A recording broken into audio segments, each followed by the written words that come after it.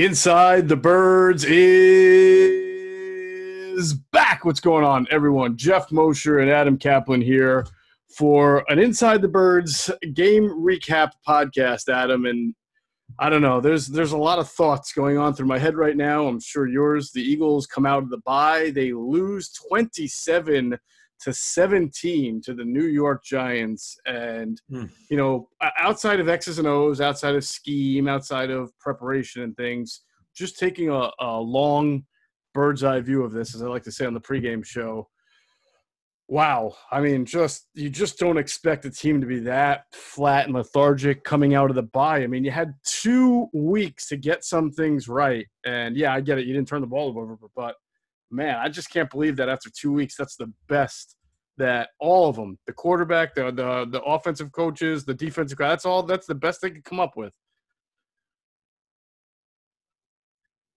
They got outcoached, they got outplayed, they earned the L. They did nothing well other than 26 on offense, look really good.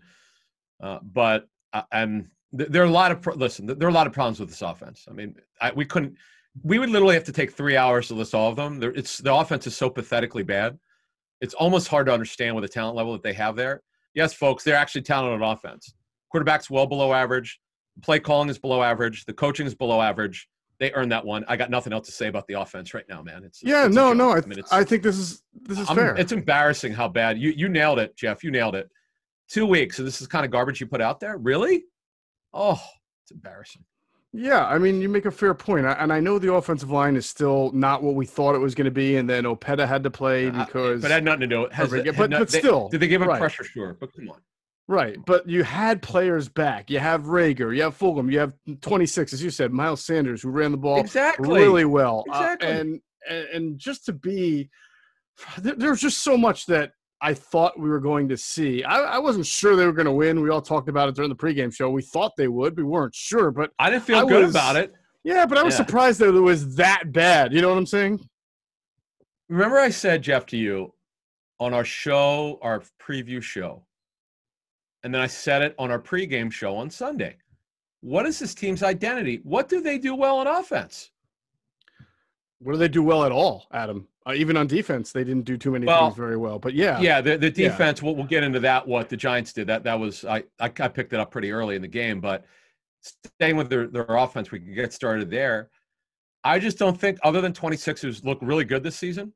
I understand that. Yes, he's had some big runs that inflate his yards per carry average. Certainly, some of that is true.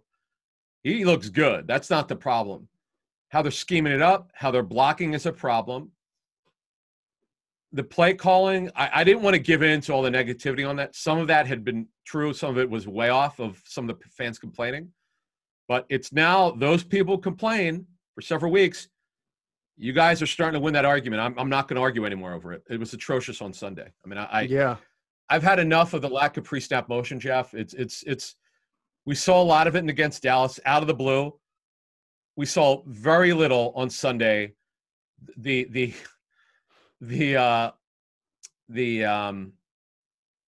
package with Hurts. I mean, I don't know what to say anymore with that thing. It's a change up. It's better than nothing, but it's really not really like they intended it to work. I'm not sure it's that much better. I mean, he tripped on one play and lost yards, and then had trouble with the snap on the other, and Miles Sanders bailed him out. Yep. Oh my God, you did. Great point. Their offense is an abomination. Come on, it's just I don't know what else to say. It's just all negative right now because it's the truth. Our job is to. It's the thoughts are raw because we don't have access to the coaching tape yet. So we can only go by what we saw on Sunday. And I know, let me give the Giants credit. Patrick Graham, their D coordinator, is doing a tremendous job. They're so competitive. Joe Judge is doing a great job. Their record may be 3-7, but they've got them playing really good football right now. They should beat the Bucs at home. Beat Philly. They're playing good football, so we'll give them credit. But, man, the Eagles coaches have to look at themselves and say, what are we doing? Your quarterback, by the way, is playing well below average. He was poor on Sunday. He didn't turn the ball over. That's a start. But he's not dynamic. He's not special anymore. He looks like a below-average quarterback because he's playing like that. There's no way to defend it. But I want to know what the coaches are doing to help this guy because the head coach, I'm at the point now where if I felt good enough, if I'm the president of the football, like if I'm the VP of football operations, or if you and I were there, I would have a meeting and I'd say, Doug, do you need to consider giving up your play calling and getting closer to the quarterback and coaching them harder? Because there's something going on here, Geoff. Their offense is so pitifully embarrassing. And you said it earlier here. All these guys came back. You look this bad after the bye with all these guys coming back? No more excuses, man. There's no defending it. It's just awful, and I have nothing else to say. I mean, what else could I add right now? I said it all. No, I have a couple of interesting thoughts based on what you said. Go ahead, please do. If Doug Pederson gives up play calling, it can't go to Press Taylor. I mean, it would have to be Deuce Staley. You cannot. It wouldn't be. No. Put Press Taylor in. No, wrong. We'll go to Rich Gangarello. Rich called. I would give Deuce Rich called plays last year for Denver. He didn't get fired because he didn't call plays well. He did a good job there. I'm told he and the head coach, Vic Fangio, were at odds over some things. Mm-hmm. That's why he got fired. But I would do this though, because Miles Sanders looks damn good. I certainly like to give Deuce a little bit more I know he handles the substitutions. Maybe he needs to get more involved in the game planning. But their offense is so bad this season. I can't believe it. I've had enough of the offensive line issues. I understand that Herbig did play on Sunday, but he didn't start because of finger. But everything is wrong on this offense, Geoff. It's not just one part. That's the thing. You can't plug this area and say, okay, that's fixed, that's corrected, and everything else is good. No. What did they, again, Geoff, let me throw this back to you. What did they do on offense other than 26 runs to the ball well? Nothing. There's nothing that they do well or consistently well on offense. So you're right about that. From an optic standpoint, I understand that these titles are more for, esteem and for making money and things like that. But, cosmetics. Okay. But Deuce Staley is your assistant head coach. If you gave play calling duties to your offensive assistant who just got here, and to be honest, whose concepts you haven't really married into your offense, that's a bad look. I'm sorry, that's a bad look. So I hear you. That makes it look dysfunctional. I've not heard Deuce is a play caller. I've asked. By the way, if they thought he was a play caller, they would have promoted him to offensive coordinator. That's the way I say it. That's fair. Wow. So my second thought, you said if you were the Eagles, I don't know what else to say. I mean, I would love Deuce to be the play caller if they felt he could do it or was ready to do it, because this bleep ain't working. Yeah. I mean, I couldn't imagine if I'm Andy Weidel and Harry Roseman and their front office seeing this, the major regression that the quarterback has been in, the $32 million a year quarterback. Okay. You've got this special running back who looked great, by the way. He fit, man, as he pressed the hole and squeezed it really, really well. He's the only thing you look forward to watching right now. I mean, I can't believe I'm saying this about the quarterback, but Geoff, it's to the point now. Now, I was totally against it, and I know people work for the Eagles were against putting Hurts in as the starter just to bench once to get his head clear. I don't know what to do, man. What would you do? Let me throw it back to you. What would you do? I don't know. At this point, I do not know. I don't think that going to Jalen Hurts is the answer. I mean, I haven't even seen enough out of Jalen Hurts as a changeup to be like, hey, here's the keys to the offense. So the biggest question. Here.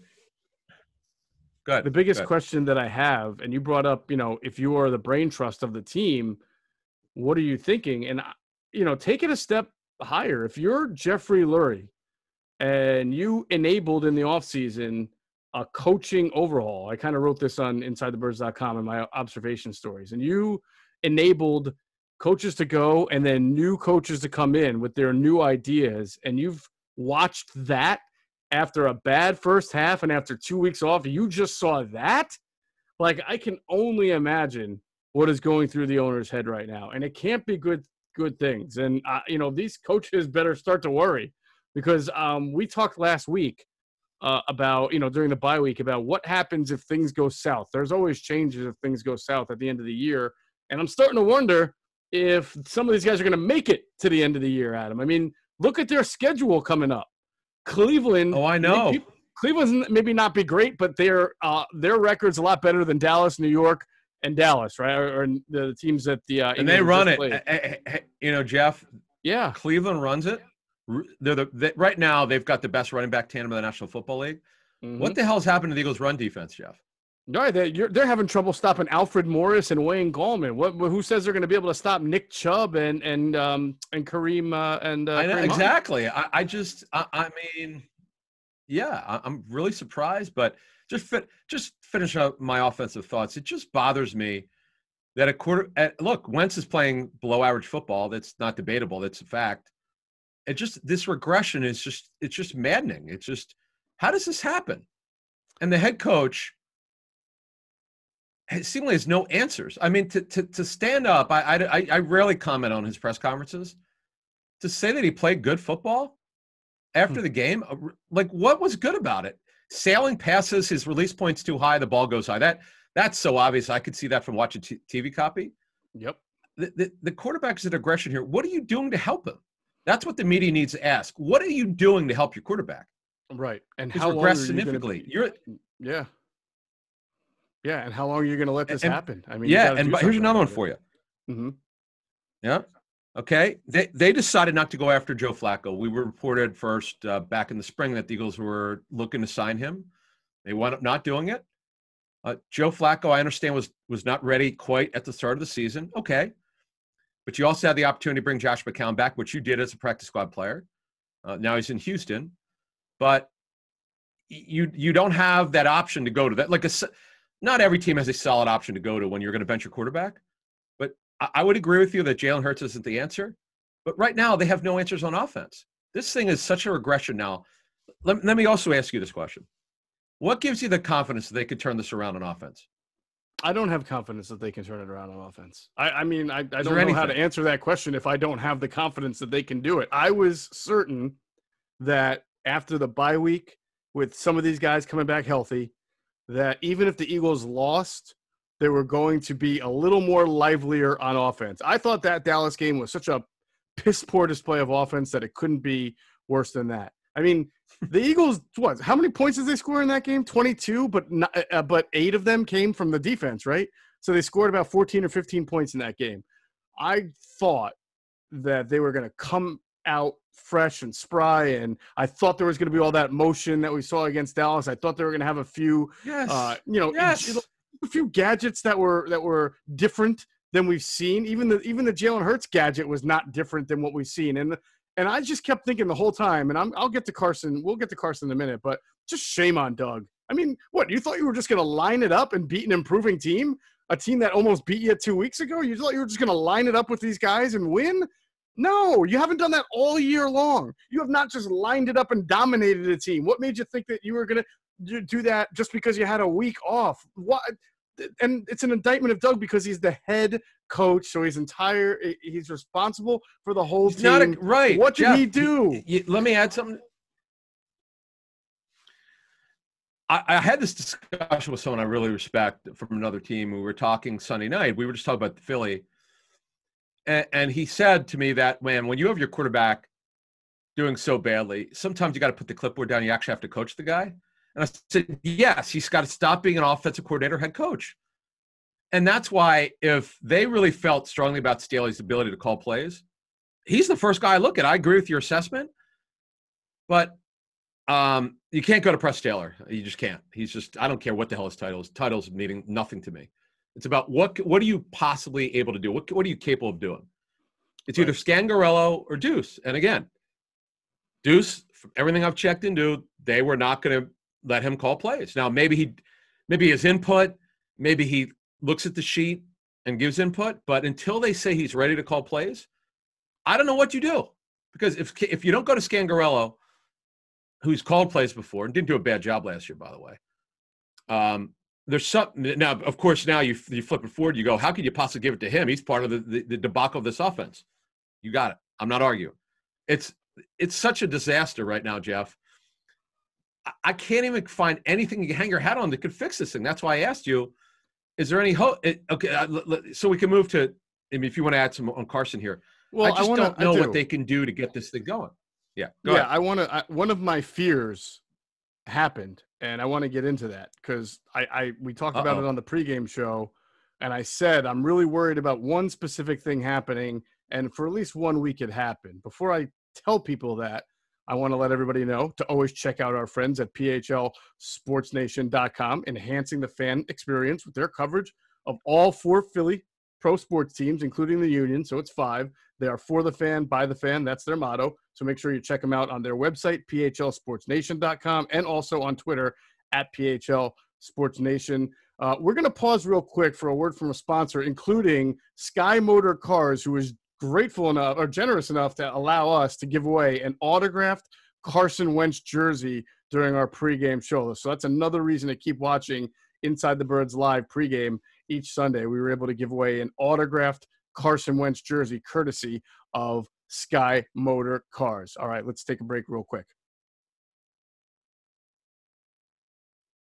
Okay, Adam, my big fear that I talked about was that Travis Fulgham was this unbelievable sensation. And I'm not blaming him for what happened, but remember, you heard me say, like, they've got to make sure this kid's invested, that they get to the ball to him, that they move him around, they put the ball in his hands, because it's the second half. He's got the red circle around him. He's basically a rookie. I know he played last year, but this is really like a rookie for season for him. And those guys can wear down and the wear and tear.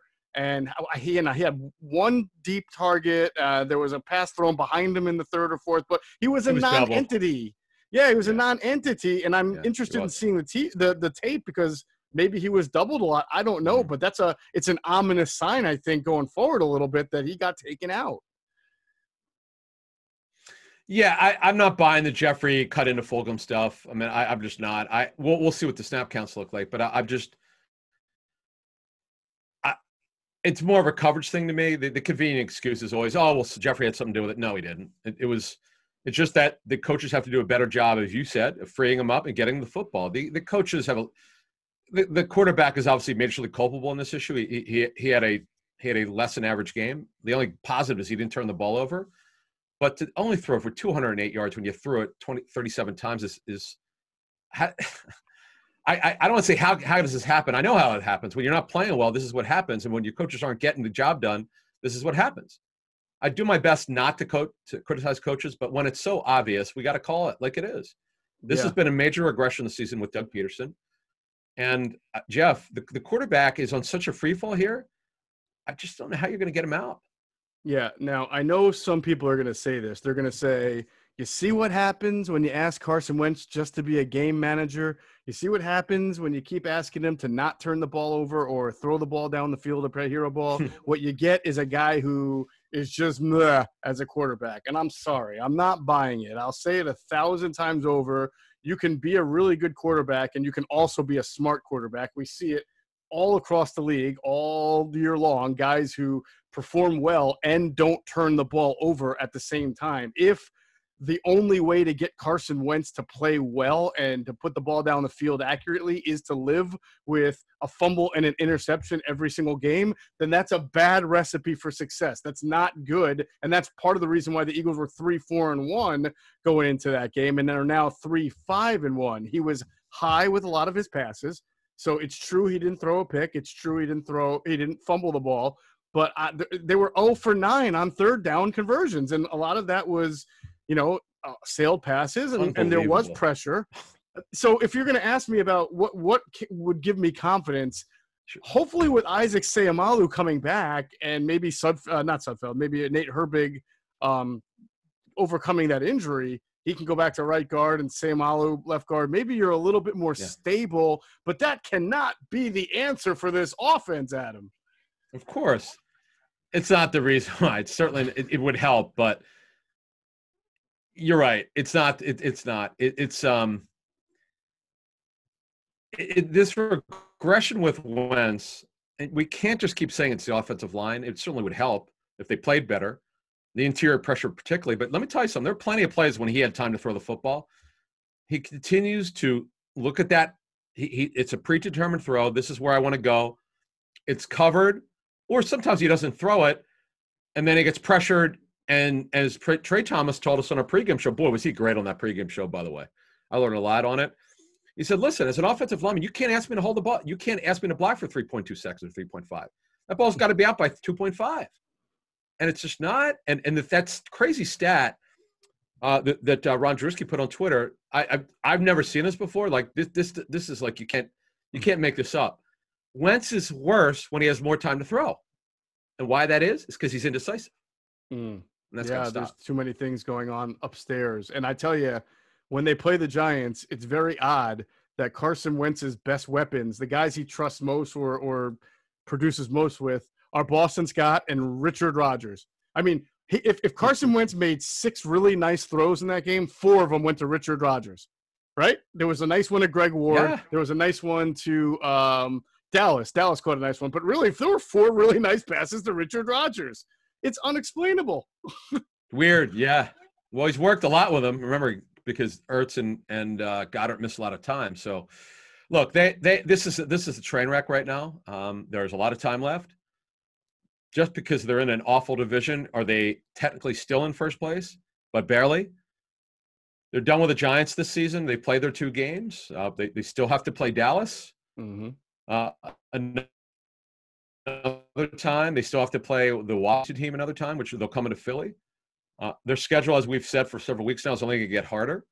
But it starts with the coaches. It starts with them. They've got to do a better job. You want to get over to defense before we get out of here? Yes, I do. Real quick, I want to remind our listeners to download the top-rated DraftKings Sportsbook app right now and use the promo code ITB for all your sign-up bonuses. That's downloading the top-rated DraftKings Sportsbook app now and use that promo code ITB, and you'll get some very special sign-up bonuses. I mean, you give up 27 points to the Giants. Linebackers, we talked about it. I think linebackers hurt them again. And I said that, they kind of got by the last 2 weeks. They got killed. Yeah, they look, for 2 or 3 plays, you go, oh, well, look, hey, they're doing good. Nope. The more they have to be part of the game, the more they get exposed. This is just an ongoing problem. That was a problem. The really good job by Jason Garrett. Short pass the game in the first half for Jones. Get it out of his hand and get the Eagles pass rush. That's called coaching. It's really good. They did a great job. Oh, by the way, Schwartz, I'm told the early word is they went with a lot more zone than they normally do. The fact, Cosell told us on our pregame show that they've actually been playing more zone lately than they were earlier. Well, they certainly played a decent amount of zone in this game. And the thing is with zone, the whole thing about zone is this is when you pre-snap and post-snap different look. That's really what the good teams do with good defensive play calling. You start disguising post-snap because that's what you do to help your zone defense, and it didn't happen. They got gashed. They couldn't get to Daniel Jones. But yeah, they got 3 sacks, but one was a coverage sack, totally a coverage sack. You didn't get the sense watching that game that they ever really truly got to Jones repeatedly. They didn't. He only threw the ball 28 times because he didn't need to throw it more than that. And I thought Jason Garrett outcoached the Eagles coaches on offense. I thought he did a really good job, and I didn't think Schwartz had a good game, to be honest with you. Let's call it like it is. They gave it. The Giants were too effective, and Schwartz and his group, they got to take a look at themselves. This is not one of Jim's best games. It wasn't bad, but he could have done a way better job. And Danny was throwing some dimes on Sunday, man. He had a good game. Daniel Jones, I'll tell you what. And what a shocker. They gashed him. They gashed him on a zone read. Shocker. Yes, and so to me, we have to be fair, right? And you are. If we're going to criticize Doug for going into the bye week, coming out, and absolutely doing nothing differently about the offense, shame on Jim Schwartz. You've been burned by misdirection and read option for most of the first half. The same team, the same quarterback. And you know what? He actually got you twice. The second time he came back, it was a hold. I guess it was a hold on Andrew Thomas. But the bottom line is, I don't even know if that wouldn't have been a touchdown without the hold. I don't know how they continuously get beat on the same type of play. All week long, the defensive coaches should have said, what do we need to do in practice this week to make sure we don't get beat by Daniel Jones in read option? And lo and behold, it was the first touchdown they had. It was Daniel Jones read option. I mean, shame on them. They deserve every bit of criticism they get. If you get burned by the same exact play week after week, you deserve to be criticized. Yeah. I mean, this is a below average game for Schwartz and his defensive staff. They just didn't have it together. They can't afford this. They're a bad football team, so they can't afford this. The coaches have to look at themselves. This is on them. Offensively, we've discussed it already. Defensively, they just could not get home. Again, I thought Jason Garrett did a great job. I know I talked to one of the guys who work for him in Dallas. He's a really good developer of quarterbacks. People look at him as Mr. Happy, Mr. Clap. I get all that as a head coach, but the guy's a molder of quarterbacks. It's pretty good. And I think over time he's going to do a really good job with Daniel Jones. And I have nothing but respect for Joe Judge. I know very little about the guy, but I've been so impressed with their turnaround this season. And the Giants have the right guy. He's got it going on. Their defenses, they still need more talent. And you know what? You look at the Eagles, who have more talent than the Giants, and they were outplayed and outcoached in every way, and they deserve that L. They earned that one pretty much on Sunday. There's nothing else to say about that. They earned it big time. Yeah, no, they did. They fought hard. You knew the Giants were better. I mean, it's unbelievable that you give up 27 points to a team that doesn't beat you over the top with Darius Slayton, didn't kill you with Golden Tate. I mean, he didn't kill them though. He caught a couple of nice plays, but he did not erupt. But he got him on that 40. That 40-yarder broke their back. That was a good point. No, but that 40-yarder crushed them. That was a great throw, beating Slay.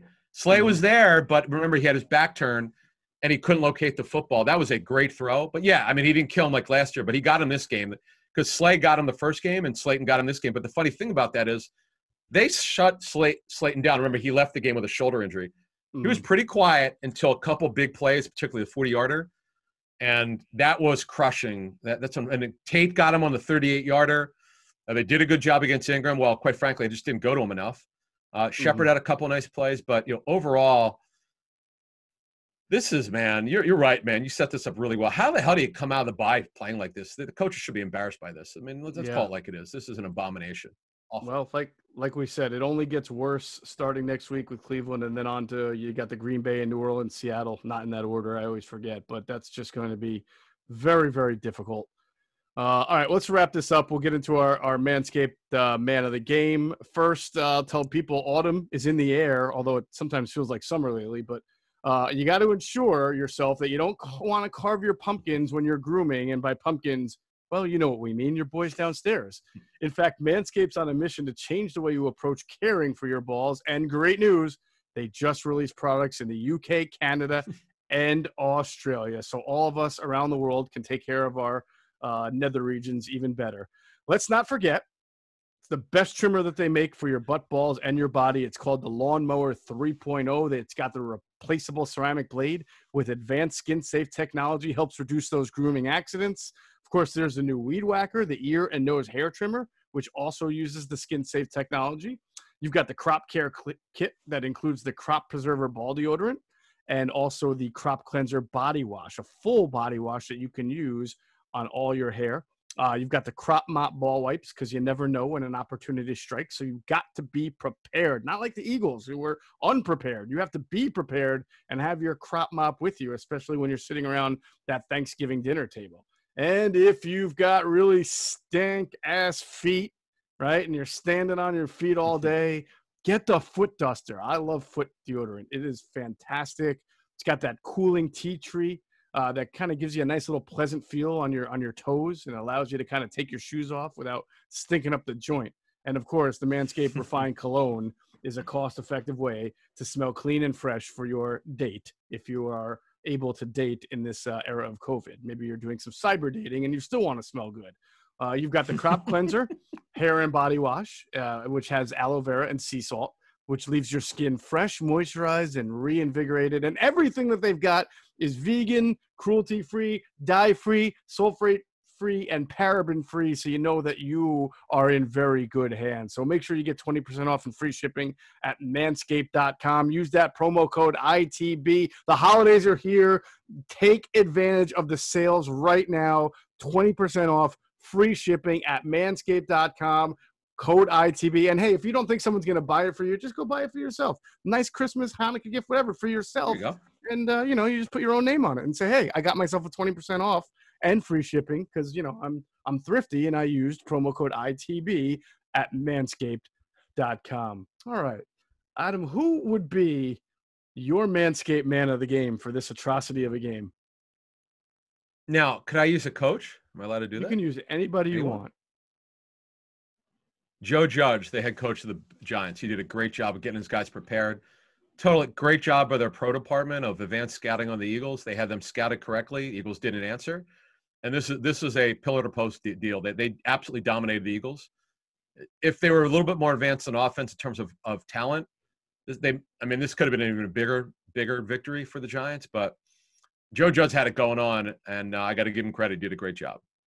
Yeah, I'm going to stay on your side of the aisle. I'll give it to a player, though, and I'm going to give it to Daniel Jones. He did not turn the ball over, which has been, he probably has more turnovers going back to the start of last year. He does. We actually talked about it on the pregame show than even Carson Wentz. And he played good situational football, protected the ball, burned him on the zone read, made a couple of nice, really good throws, too, to in the third quarter especially. I think it was to Golden Tate and Sterling Shepard on that drive, and basically took the game in his hands and was not afraid to meet that challenge. So my Manscaped man of the game is Daniel Jones. All right, we're about to get out of here. I just want your last thought, because I hate to keep harping on it, but these were supposed to be winnable games for the Eagles, and now they really enter the tough part of their schedule.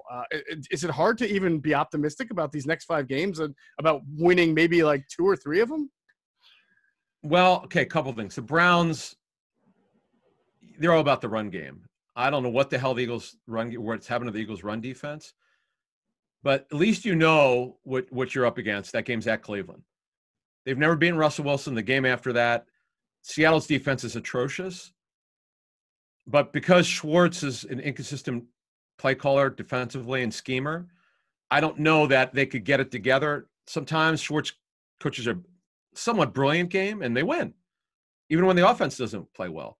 But when he's not coaching at his height and the quarterback's not playing well, they simply can't win.